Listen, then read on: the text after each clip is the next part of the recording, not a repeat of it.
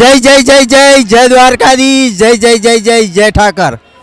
દ્વારકા 82 વિધાનસભાના એમએલએ શ્રી પબુભા માણેકનો જ્યારે દ્વારકાની જે પબુભાની ગૌશાળા છે જ્યાં દેવી ભાગવત અને મહાયજ્ઞ ચાલી રહ્યો હોય અને પબુભા જે રીતના એક અવળું મોટું એક જે કાર્ય દ્વારકાધીશ અને શિવ આપના હાથે જે કરાવી રહ્યા છે અને આપ લોકોની વચ્ચે સહભાગી બની રહ્યા છો, શું કહેશો?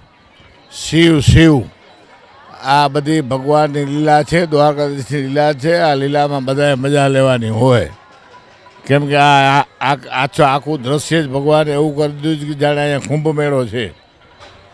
જ્યાં કુંભ મેળો છે અત્યારે પણ આપ લોકોને જમાડી રહ્યા છો, ઘણા બધા લોકો પ્રસાદ લઈ રહ્યા છે, કેવું ફિલિંગ? અને લોકોની વચ્ચે રહી અને આપના હાથે જમાડી રહ્યા છો લોકોને, લાખોની સંખ્યામાં લોકો જમી રહ્યા છે, અહીંયા પ્રસાદી લઈ રહ્યા। આ બધી છે ને ભગવાન દ્વારકાધીશની લીલામાં બધી મજા લેવી જોઈએ, કીર્તન કરવાની મજા લેવી જોઈએ, પીરસવાની મજા લેવી જોઈએ, માણસોની સેવા કરવાની મજા લેવી જોઈએ। ખાલી પૈસાથી બધું નથી થતું। અનેક કથા અનેક યજ્ઞ થયા છે અને આ કેટલામો યજ્ઞ છે? આગળના દિવસોમાં શું પ્લાન નવો? ભગવાન દ્વારકાધીશની ઈચ્છા હોય એમ થાય।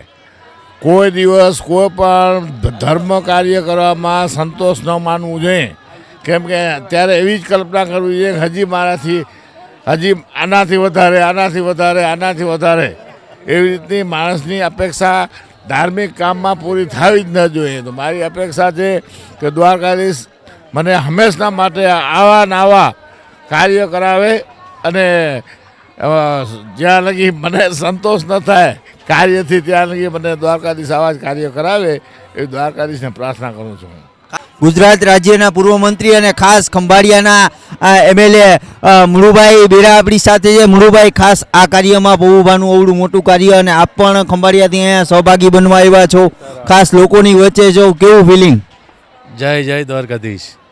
અહીંયા કુંભ મેળા જેવું એક ભવ્ય અને દિવ્ય આયોજન, જે અહીંયા દેવી ભાગવત કથા, અહીંયા ચંડી મહાયજ્ઞ અને જે 1008 શિવલિંગની પૂજા છે, એક આખું દ્વારકા નગરી ધર્મમય વાતાવરણમાં, જેમ જે દર વખતે અહીંના ધારાસભ્યશ્રી અને જેને હંમેશા ધર્મ માટે અને અનેક આવા સારા કાર્યો અહીંયા આ ધરતી ભૂમિ ઉપર કર્યા છે, એવી અહીં ગૌશાળાની બાજુમાં એક ખૂબ ભવ્ય અને દિવ્ય આ આયોજન છે।